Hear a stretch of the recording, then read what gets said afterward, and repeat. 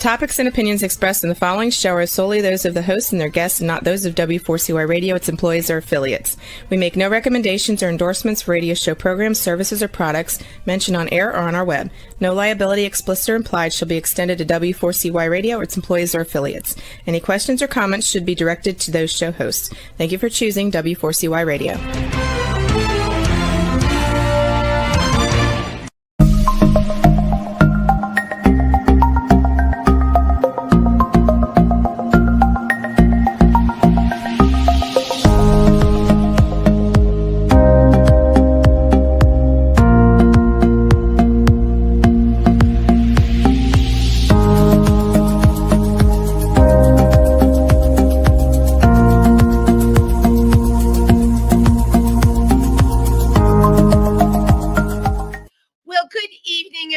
And welcome to Triversity Talk. I'm Wendy Stewart, your hostess with the mostest. And my gosh, we're right before the eclipse.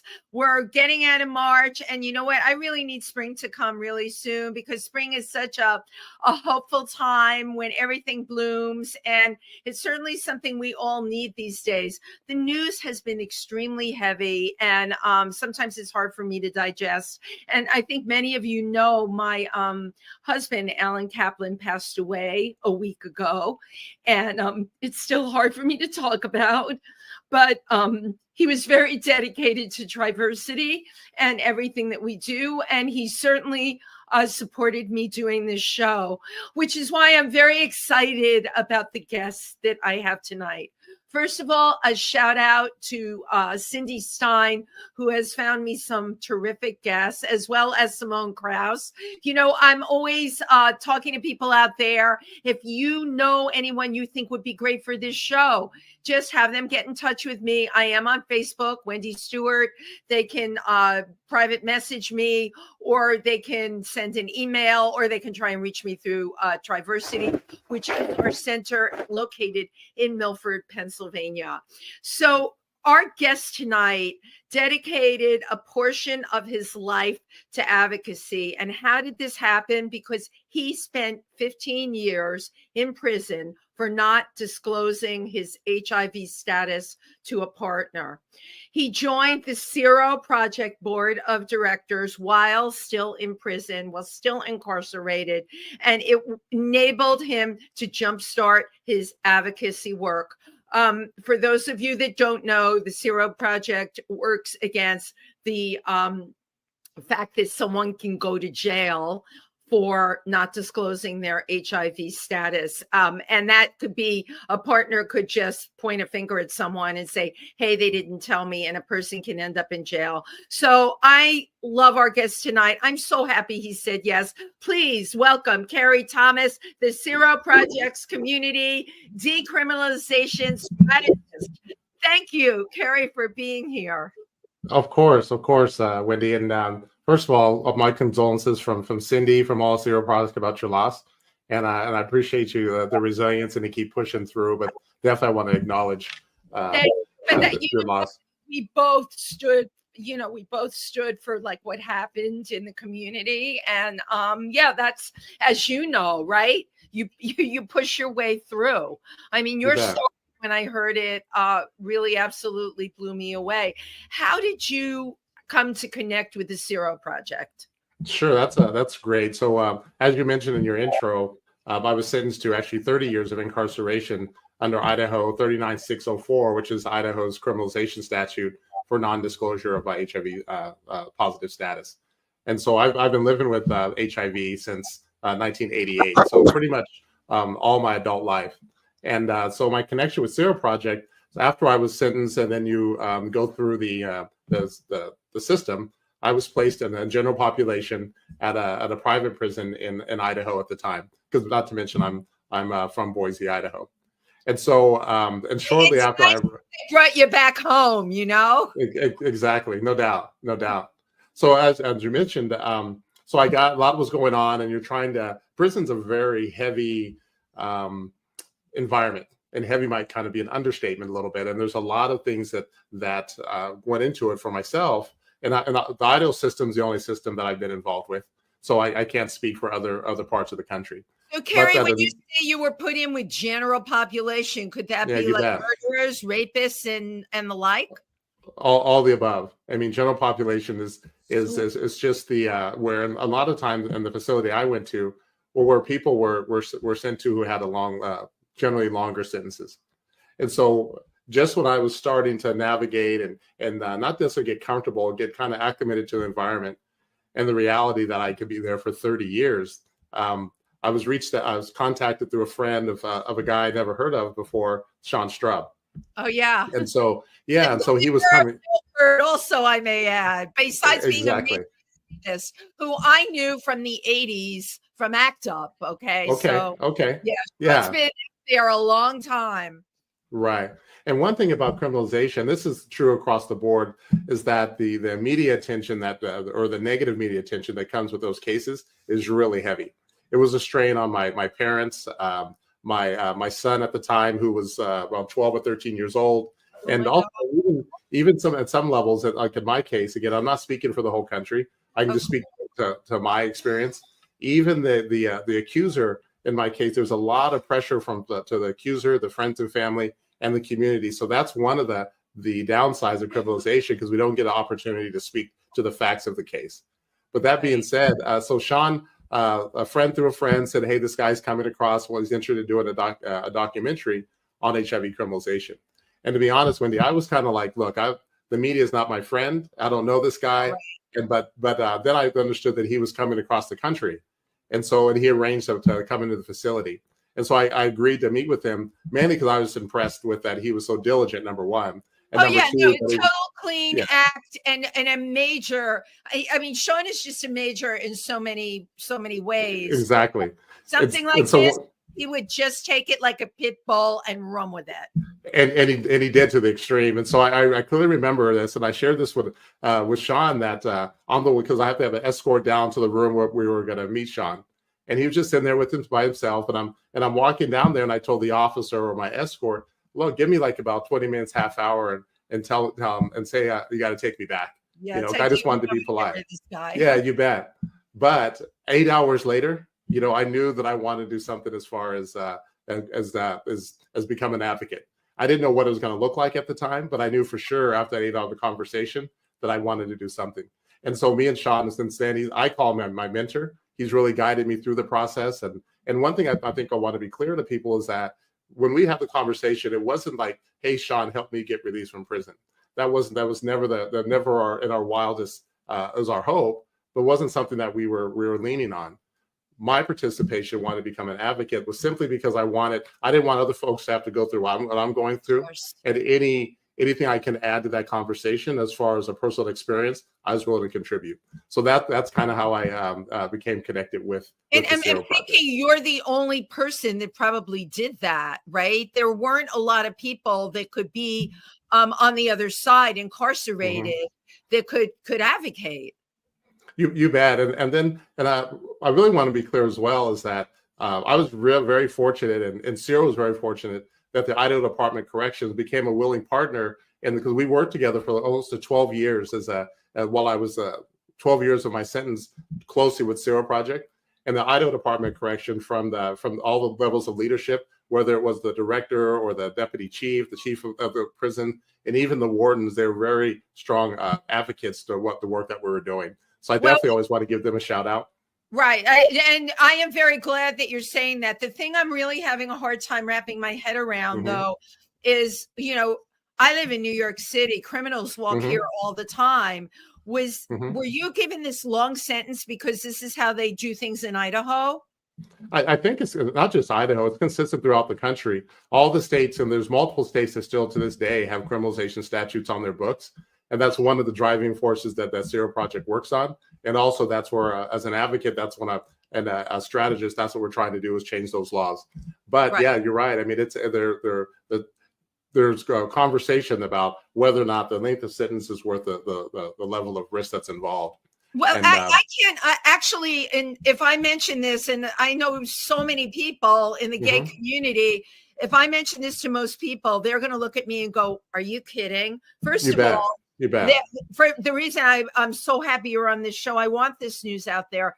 Second of all, it just seems the whole thing is absurd because anyone, my God, someone could point at me if I were HIV positive that I was involved with, and I break up with them, and they can turn around, right, and say, right, you bet.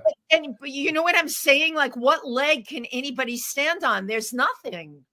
And that was part of my motivation. The more that I educated myself, because definitely going to that environment, I felt alone. I felt scared. I felt I don't want to say hopeless, but I felt the love. What am I going to do? And I kind of and phrase it now that I think that it's really mirrors when I first tested positive, because a lot of the same laws came out. And so I looked at it literally. I was given a shovel, if you will. And I can either dig deeper, or I can dig out. And that was the choice I had, and I chose to dig out. And start to educate myself. I started asking myself, what would society expect for me to do? What would they really want me to do in this situation? And I remember the judge at the sentencing, he said that I couldn't be trusted to live in society. And that really hit me hard. And so I wanted to understand that, and I wanted to make a difference for there. So I basically started asking myself, what would society expect from me? And one of those things, the list of things I have, they definitely want me to take full accountability. Whether or not I think that put the statute aside for a moment, but I had to take a responsibility for my own self. Okay, but you took the responsibility, but here's where it's very confusing to me. I don't know the law. I'm not a lawyer, but you've got people appealing or taking plea bargains and getting off on murder cases. You bet. But yet they gave you 15 years. I mean, is there no prioritization, or does it have to do with how good your lawyer is? I'm assuming you had a lawyer. I did. I had a public defender, and that's a challenge. And actually, and part of the story is I was actually sentenced to 30 years, and I was able to originally, right. And then through what's Idaho's called the commutation process, I was able to petition the parole board, the parole commission, to take another look at my sentence, and I'm thankful that they did, and they modified my sentence, and that's why I was released after 15 years. After 15 years to me is still a really long time. It's a very long time. You're not committing a crime. There's no crime, and you know, we're talking here, and we have, of course, listeners, people that follow this show. We're nationwide, but to me, everything you're talking about, this needs to be bigger and out there more. I mean, I don't know, billboards or whatever, like, did you know that this can happen to you? The fact that this can happen, and it makes me think, I have to wonder, in prisons all over the country, are there other people like you, Kerry, just sitting in there? I'm glad you bring that up, Wendy. You're bad. There's folks across the country that are from 1 year up to some gentleman in Washington State who's serving over 100 years. And so the wide range of the statute is astounding, and just and I always, anything that I do, my ability to release, it's not a me thing, it's not a Kerry thing, it's a we thing. You know, and that's the danger of criminalization, because if they criminalize one person, they'll criminalize every one of us is at that risk. And so if you roll the tape back a little bit, it's interesting, because the part of these laws were enacted because to get the Ryan Wright funding in the 80s, Congress put the stipulation on there, the states had to have a criminalization statute on their books. And what's interesting is that connected to Ryan White. Yeah. My God. Right, for the funding. I didn't even realize. Of course, I remember Ryan White, but in order to get funding, they went and they put this. Right, but here's what's interesting: as the federal government has removed that stipulation, the states haven't gone back and modernized their statutes, and that's the work that we do at SEROs, is starting to have that conversation with the states to have those that in the 80s is not the same as now. You know, that we're far more along. And it's interesting, because I tested positive in 1988, right in the heat of the epidemic. Yeah, that and was some of the things. Yeah, and some of the fear and concerns and the angst and all the things that were going on back then, I can understand where the statutes came from. But what I'm asking folks to realize is that as my personal life, if I've changed, as I've evolved, so should the statute. And so let's modernize this. It's the states need to take a step back and say, yeah, we recognize in the 80s it was a different time. Not justifying whether or not the law, any kind of discrimination that goes in fact, but I can in my head, I can see how that would make how we get to that end. But the next page of that is, okay, now in 2000, where we're at living out now, things have changed. Yeah, And let's so, change it. I advocate, or that I strongly believe that those statutes should be looked at a second time. Harry, you would make a terrific lawyer. I think you should apply to law school. And really, because I'm getting so worked up and passionate about this, but you really have worked it out you even said you could understand how back then it could be something. I still can't, by the way, because I knew so many people that had HIV and AIDS in those days, but you're right. Fast forward to now, we need to get this stuff off the books. It just right. And one main reason we have to get it off the books, because what we know today for sure is that with the medication that's available, the more people that are tested, the more people that can get on medication, and therefore we can end the whole bring this to a close. But what criminalization does is encourages. Usually, the only defense I would have if I didn't know what my status is, so I can't be charged if I didn't know what my HIV positive status was.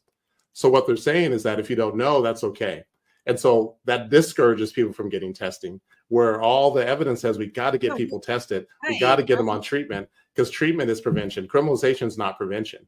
If our goal is to stop the pandemic and stop the spread, the more people know, not the less people know. And so I think that it boils down to this, that when it comes to treating any kind of illness, the proper venue is the medical society, not the criminal justice system. And that's where we're off. And I'm not necessarily knocking the criminal justice system. That's just not what they do. That's not their lane. Their lane is not medical science. The medical community, that's their lane. Putting somebody away for what you were put away. You have that's a medical condition. Okay. Now it's controllable, right? But it's a condition. It's like diabetes or anything else. Very much so. It is in its own lane. Somebody has someone has asthma, you're going to give them an inhaler. Someone has HIV, they need to take HIV medications, Correct. You're 100% right. And the last thing we need to do is to discourage people from getting tested. Could you imagine if we, like you brought up diabetes, if there was an incentive that we put pressure on diabetics not to get treated, that would lead to further health complications. Right. HIV is the same way. We want people to know as soon as possible to get on treatment so they can help be part of prevention methods. Right. And I'd be remiss, and when you talk about the ramification of living and being incarcerated, one of the things I really advocate now that I'm out, first of all, if it happens to one person, it happened to all of us. Thank you very much. That's exactly right. Right. And there's so many people that are incarcerated now that it's a very challenging environment. If you look at other communities, if you look at the trans community, that's really putting people at risk in that environment to reveal their status and get the treatment that they need while they're incarcerated. I mean, the ripple effect of these type of statutes are far beyond simply the community. It affects inside the facilities as well.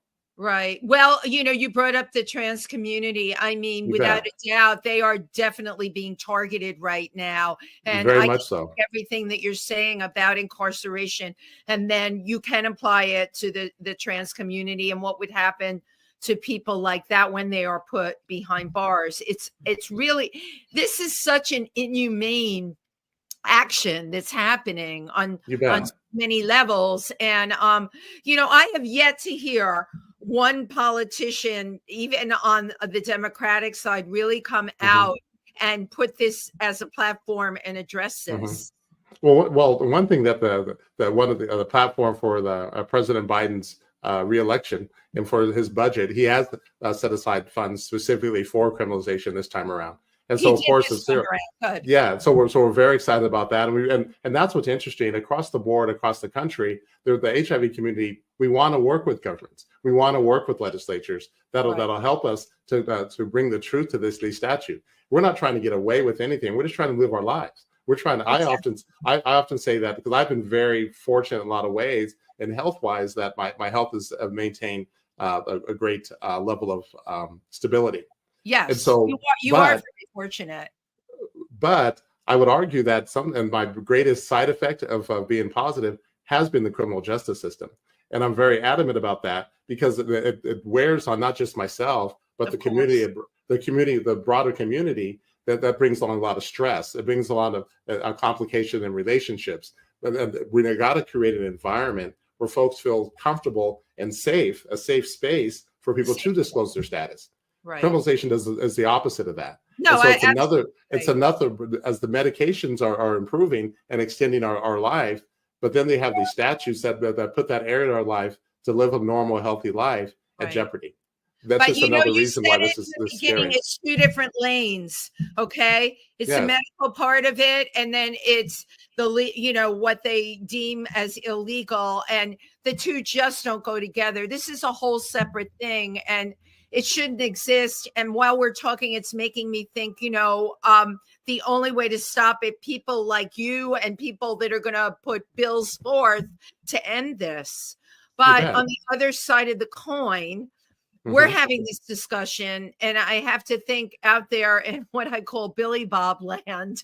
There's somebody that is just totally using this, right? This is the perfect weapon for them, And that's interesting. I'm glad you bring that up because in your words, like in Billy Bob land, I think that when you look at it, we all want the same things. We want to spend time with our family and loved ones. We want to, if we have them, we want to raise our kids. We want to see our grandkids. Those are the things that are core values. But we get so polarized and pushed apart from that. And I think that and Cindy through SERO and all the folks there, they give me a hard time because I say anything can be resolved over a cup of coffee and a donut. And what I mean by that, because I'm a little bit food motivated, I'll have to admit that. I was going to say when you really did. By the way, Cindy's on; she's watching. Oh, that's what's up. Yeah, Cindy's on our comments. But I don't know, Cindy, can it be resolved over a cup of coffee and a donut? That we can just start having the conversation like you're doing now. You do a great job of sitting down with folks and just having that one-on-one conversation. Because I truly believe, and maybe I'm just being an optimist. But I've yet to, this is inside the facility and outside the facility since the short time I've been out, is that I've yet to come across someone that when we're just talking one-on-one about the realities of living with HIV and then also with the realities of criminalization, that makes us take a step back. And that's what I think, and that's what I love about your show, as you encourage people to think. Not necessarily your agenda or your guest agenda, just to have an honest conversation. And I think I want to give you props for that. All I want to do, I want to bring it down to the level of people and the folk, like I live in New York and, I work with so many LGBTQ organizations. I know so many people involved. I'm telling you, I could talk to 100 people tonight that would be, you can go to jail for not disclosing that you're HIV positive. You bet. That's a problem. We all need to be aware that that's out there, and then people need to work on changing it. So when did you get out from jail? When did you get out?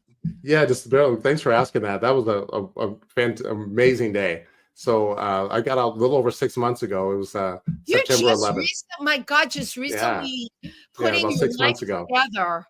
And it's and I think what I want, and that doesn't have to. Everyone's life's gonna look a little different. But my biggest hope, because I had so much support from the folks at SERO Project, from Cindy, from Sean, and I can't remember. It was probably like a year or so after I started was on their board. They flew across the country and had a visit in the facility, and it was the funniest thing because we had to rotate the spot like 2 people at a time because there was like around 6 or 8 of us that came to visit. And so we had to constantly rotate. So at every couple hours, we'd have another. That was, for me, that was going back to my housing unit. That was I was exhausted, but man, that was such encouragement to know that I'm supported. And because that's something that I felt early on in my diagnosis, that I didn't have that support. Of course. And so I'm just coming back. Last week was AIDS Watch in DC. And so for me, that was such a powerful experience, because that was the first time I was in a room of over 400 people that looked like me, that talked like me, that had ambitions like me, that had families like me, that had disappointments, that had struggles in their life just like me. And the HIV was not living with HIV was not the issue. It was how we live our lives day to day. And for me, that's the message I want folks to understand, is that that's only living with HIV, like living with diabetes, only one smart part of our story. Our story is not our illness. Our life is our illness. The thing that our ambitions in life are our illness. And that's why I think when we have that conversation with folks, that's when change starts to happen. That's when we start talking to our legislature. That's when we start reaching out and connecting the dots. But you know what? Every person has a right to pursue their dreams. Okay, 100%. Because of an illness, right? HIV, it's unfortunate. You get it. I mean, it spread Correct. through New York like wildfire. I lost 3 telephone books of people. You know, remember those little phone books Yeah, that's pretty powerful. That's powerful. Thing. And the other thing I remember, honestly, it was allowed to spread. That's where the silence equals death came from ACT UP. Okay. It was allowed to spread. But these were, you know, there wasn't one person that was a freaking criminal. These are people living their lives, you know. What did I grow up with? Every American is entitled to food, clothing, shelter, and an education, and a right to pursue their dreams. Since 100%. When does an illness preclude that? How can you take somebody and incarcerate them over that? It is really, I know it's going on. It's just unfathomable to me. And they have to move quicker to get these statutes off the books. They have to. Right. And I'm glad you mentioned that, because when folks talk about the 15 years, that's a long time. And one thing that I definitely was that I was grounded in, and I spent hours and hours of emails between Cindy Stein and myself, and phone calls. There were times where we would contact each other, you know, weekly, if not daily. And one thing I really developed, and Cindy helped me to understand that, is the idea of patience. And sometimes people think patience is, and I'm only speaking for myself, that at one time I thought patience meant you had to wait. No, patience is about acceptance. And then keep moving. Patience is about living in the moment and doing the things that I could do in that present moment to get to the next moment. Patience wasn't waiting to see if my sentence would change after 15 years. Patience was about doing the work day in and day out and being satisfied with what I accomplished that day. But and I think that. How did you do that? I mean, you know, first of all of a sudden you go from being free in society to being incarcerated and in a lengthy sentence. You know, what was your reactions? Let's say like the first couple of years. Were you patient, or were you? I would be so angry. I would be explosive. You bet. And the anger for me actually went away fairly quick. And I went quickly. I'm a big believer in the stages of grief. And so you definitely, and one of of grief and loss, one of our greatest losses is that we have in common in facilities is our loss of freedom, you know. And so I was able to connect with folks on that level. And when I started working with SERO, believe it or not, this is going to sound pretty, you know, but I think every prison show and every movie, they have somebody working in laundry. So I had the job in laundry. That's a true statement. And that was like a safe spot, because it was just not very many people around. You know, I could wash my own clothes. It was a place to kind of to grab to my thoughts. Right. But when I got attached with SERO and I started working and getting a lot of information, I was like, damn, I have to, excuse my language. I was like, damn, I got to get out there and quit isolating. I can't have people like SERO out there doing the heavy lifting for me, and I'm going to hide in the laundry room. And so that's when I started getting out into the facility, you know, and living my true life and defining what my true self was going to be. And through that, I was able to work with a lot of other men that we developed a peer mentor program that we can work with each other to help each other through this process of grief and loss and all things that come with that. And that's when I say that we had a very SERO with IDOC, the Idaho Department of Correction, was such a willing partner. And like you said it, you know, Cindy, personally, I mean, her and Sean, once they put their mind to something, it's going to happen. And they definitely took part of that part and really had a partnership with IDOC. And that's one of the things that the folks that are still incarcerated now, that's one of the things that SERO that we're really adamant about, is to follow that model, you know, to give people that are incarcerated under the statute the room to breathe and to figure out, you know, how they're going to navigate this, because it is a challenge. Harry, you came up with this model, this model of mentoring while in prison. Yeah, it was myself and about 4 or 5 other men who had similar sentences. And we just, and I don't speak for myself again, is that I just didn't want to live the normal prison way. I wanted to do something different. I wanted a life that could still be fulfilling, whether or not I had to serve 30 years or 30 months. I wanted to have purpose. And the men that I worked with had that same desire. And some of those relationships we still have today. I mean, it's amazing. And the mentor program has spread throughout not just the one facility where we started, throughout all the facilities in the state of Idaho. Again, you got to give credit. Because of you, that's incredibly powerful. Yeah. I mean, you know, what you're sharing here is you put your mind, you were in a really messed up situation and you could have gone down with it. with 15 years, right? And been bitter and angry and the worst, but instead you absolutely turned it around and made it into positive action while you're incarcerated. That's you really remember well. Yeah, you remember a while back. I think her name's Robin Roberts. She was on ABC. Of course, yeah. And she had a cancer diagnosis. And I remember one morning and reading a couple of articles and I got to always, at risk of plagiarism, I always got to give her the credit for this. But Absolutely. She had a little phrase that she said, "Make your mess your message," and I loved that, and that really resonated with me because I think that the life, what you're saying, the out of control at that time was a huge mess. I could see that. I mean, it seemed like my family, I had concerns for my family, my son who was young, my wife, how is she going to deal with her husband that's now incarcerated in 30 years, the extended family, not to mention the family of my accuser. All that stuff's on the ball. That's messy. And that's one thing when I started connected with Cindy and Sean and the folks at SERO that I really wanted to highlight. Even now, since my release, I want to make that mess my message. I want folks to give folks that we can do things. And I think that it's not about my past and how difficult that was. It's about the goals that we have going forward and what we're going to do to have the statutes changed. And that takes everyone in the community, takes folks like yourself. Again, I can't give you enough appreciation for giving me and SERO this opportunity. And it takes all of us to have that conversation with your neighbor, to have that conversation with your congressman, and to have and the pressure on them to say, let's take another look. Let's everyone just take a deep breath, exhale, and let's take another look at these statutes. And that way we can move on now that you're and I still have questions to ask you, of course, about your family relationships, but I'm just going to jump to something that's been on my mind. Now that you're out, are you getting I'm going to go very commercial on you, Kerry. You should have speaking engagements. Are there speaking engagements set up? No, I think, and again, I'll keep referring back to SERO Project. We're taking things very slow. And and definitely, as long as it's a positive show with a lot of reputation like yourself, I love what SERO's doing. It's a conversation worth having. You bet. Right. I think going forward, this is, something that needs to be said.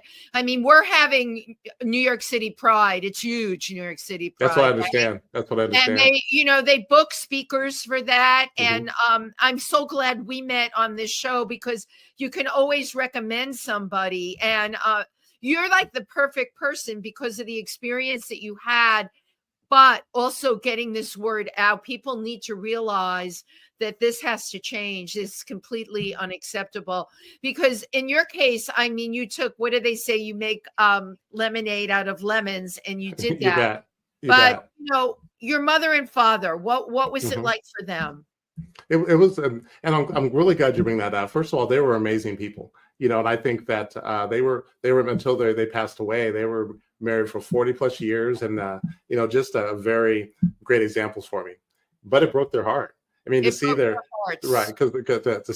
son blasted on TV, with crazy accusations was hard. And so, and I did take a plea agreement, and part of that, people, I know if you watch, I'm not a big fan of certain TV shows that highlight police officers, because the impression is that only guilty people take a plea.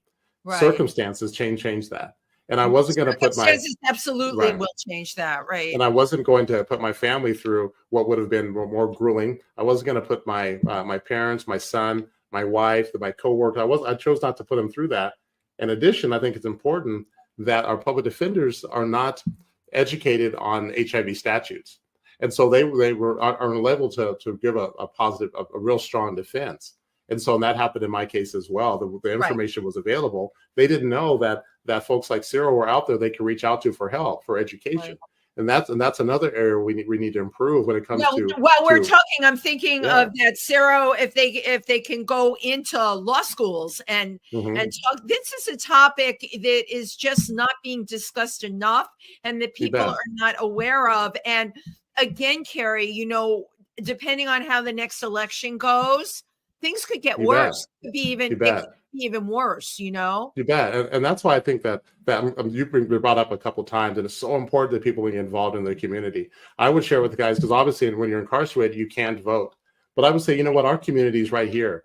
And what can we do in our own individual communities that can make a difference. And that's the message I have to people that feel that they can't do anything. You can. You know, Right. if we can reach out from behind facilities and change our lives, so we can impact people that are not incarcerated and change lives as well. Right. So you're only out 6 months. What Yeah. what is this like for you? Like, what goes through your head? What do you wake up in the morning and think? What do you think when you go to bed at night? Definitely gratitude, for sure. And I think that I start the day with gratitude and I end the day with gratitude, because I think that any blessing that I have is truly not of my own doing necessarily. They are gifts. Right. And that's why when we're, as far as speaking out, it's not me speaking out, it's me speaking out for the whole community. And I can't say it enough. Yeah. I love that we want meaningful involvement, people living with HIV. What that means to me is that we're all in this together. You know, that, and I think that, and I'm a strong believer that those closest to our struggles, are closest to our challenges, are also closest to the solution. So we have to, so I think about all the time that part of my release from prison was coming to such a supportive environment that allowed me to and my doctor at the clinic will probably love this, to admit that I probably in the 6 months could eat a little healthier. You know, I definitely been on food binge. Right. Good for you. But it's, go for it. Donuts and coffee. Have 4 exactly. donuts. You earned it. Exactly. That's a jelly donut. Kerry, you bet. And then I discovered the air fryer, which is an amazing tool. But to answer your question, it's about staying grounded. It's about staying connected to the people that are supportive of me. And more than anything else, I've been allowed to have an environment where I feel comfortable to have those conversations. Where I can send a text message and say, "Hey, I'm scared today. I'm a little bit fearful that I'm being overwhelmed while I'm out just released." And those are the same things that I didn't have when I first got my diagnosis. Right. And so a lot of times I can mirror what I'm going through now, what it was like, and I can kind of put myself in the shoes of people who are maybe newly diagnosed, people who don't have a lot of support. And through SERO, as a strategist, I want to provide that day-to-day. What does it look like when people swing their feet out of bed? What level of support that we can get, and that's another part that SERO is really important. Well, speaking of support, you have a whole cheering team on here. Cindy Stein, HIV is not a crime. Shakina Rose, I'm sorry if I didn't say your name correctly. HIV is not a crime. That's right, Kerry. We can all do more. We can all speak up and speak out. And I am so right there with her. That's why we're doing this show. Michelle Troxell, thank you for sharing your story, Kerry. Your strength is so inspiring. Keep up your amazing work. HIV is not a crime. And of course, Cindy Stein, I'm so proud of you, Kerry. And there's somebody, I don't do very good with scrolling. That's not my forte, but somebody else wrote, I think his name's Ben. Everything's better with a cup of coffee and a donut. Yeah. But you know what? Really, at the end of the day, these conversations need to go in between people over a cup of coffee and a donut. And it's really important. And we really need to be looking at it. And not just in the LGBTQ community. I mean, HIV is not just limited to that community. All right. We really need to open up our eyes and think, how can we do better?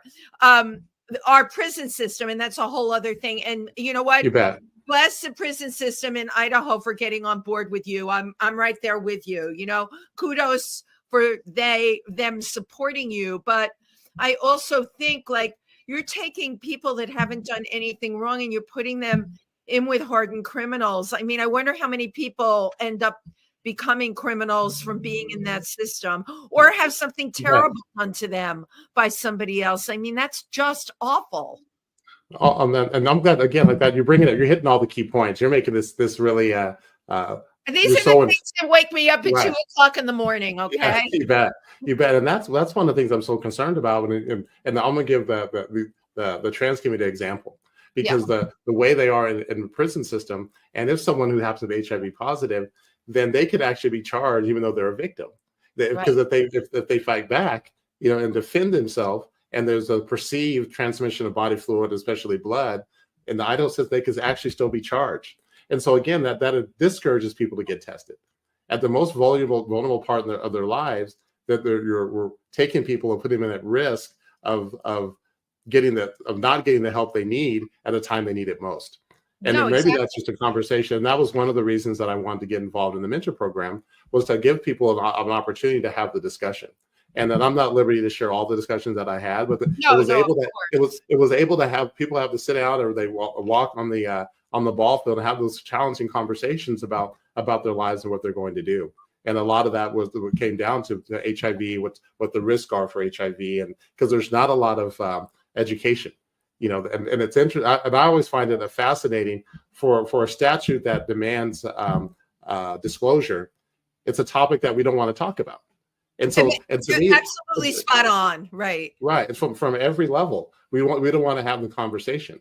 You know, it's difficult to have Congress take another look at the state level because they don't want to have a conversation.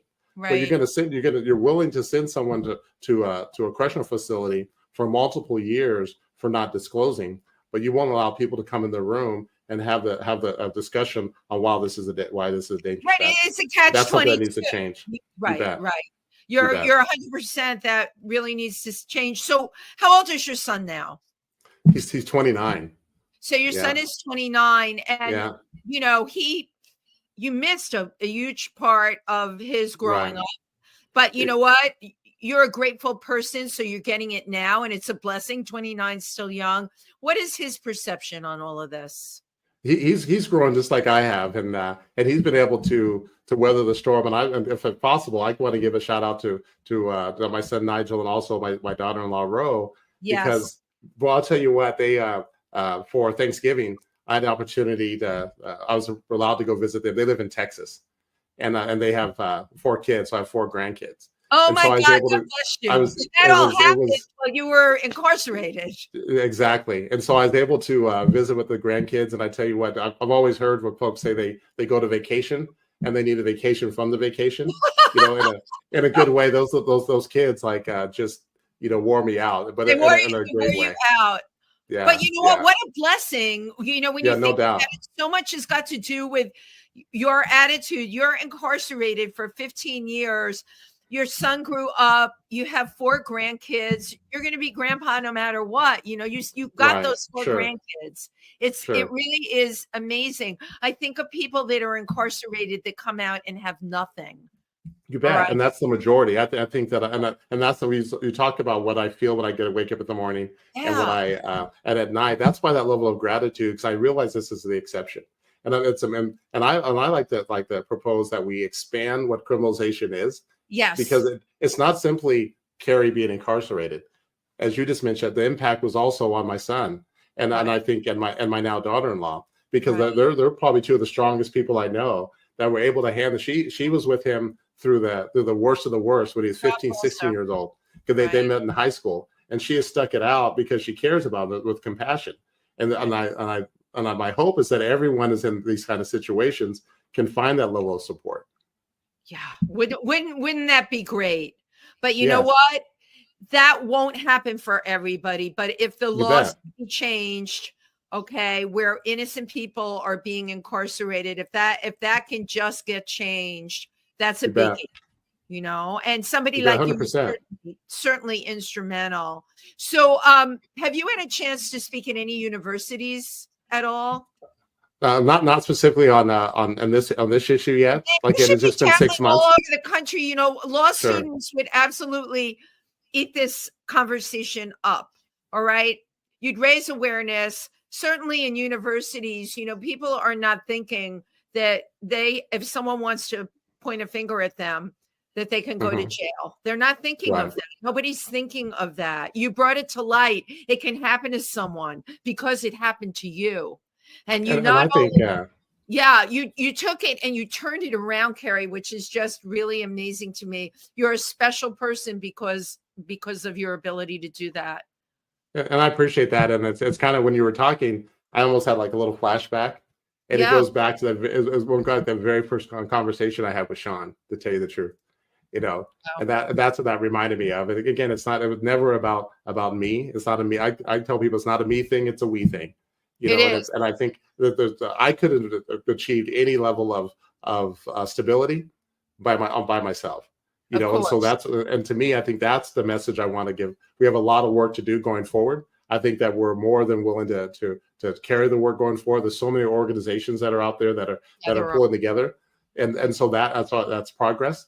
But I want everyone who is positive, when they swing their feet out of bed and they don't have enough money for rent, and they're not sure if they're going to have medication, they're not sure if they're going to have food for their kids, all those things, you know what, we're pulling for each other. And just like I can wait 15 years to get some kind of relief, I want people to know that level of patience. Again, it's not about waiting; it's about living in the moment. And I think that's the biggest message. But you know what, Kerry, we all have to have each other's backs, and 100%.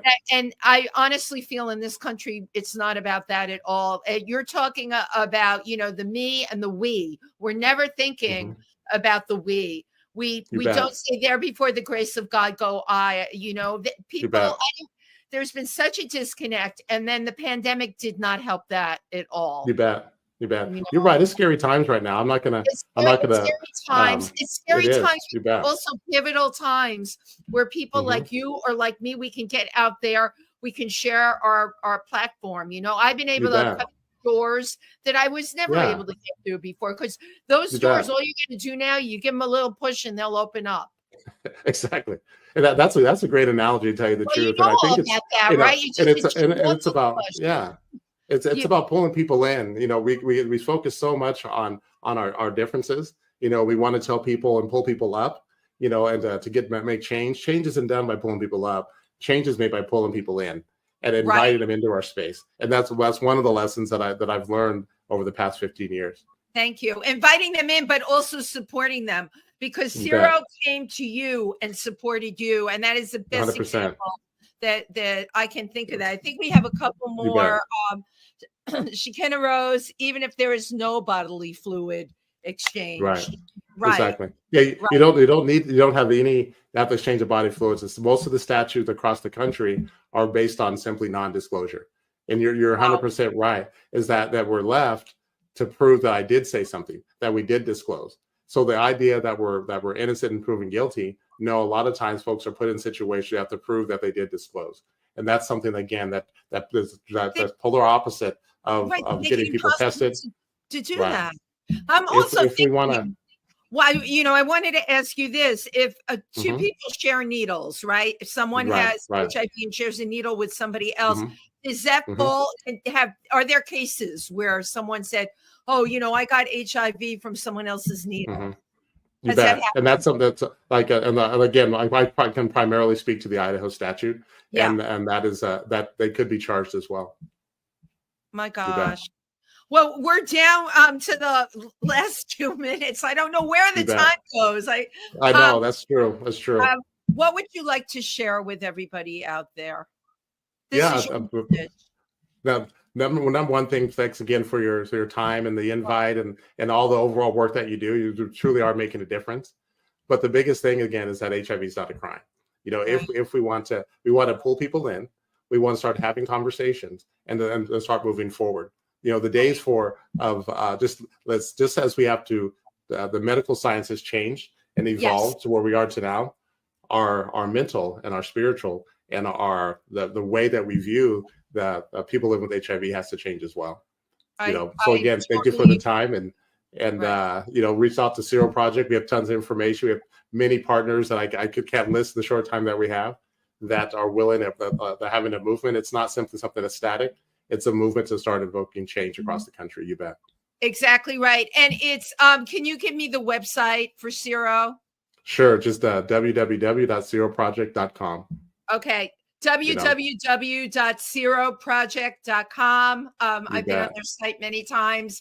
Check them out. They're really doing incredible work and really making a difference. Kerry, I'm wishing you like all the best. All right. I appreciate that. And I was going to say keep doing what you're doing, but I don't need to say that. You're going to be doing what you're doing. This is what you're meant to be doing. Right on. I appreciate that. Again, I appreciate your time, and I'll definitely reach out to you in the future. And maybe one of these times I'll see you in New York. Who knows? Absolutely. If you're coming to New York for any reason, absolutely. Everyone they do reach out to me. I'm a very accessible person. Thank you so much for coming on the show. Of course. Cindy Stein, thank you so much for she's just an amazing human being. Sean Stroop, thank you. No doubt. SERO project.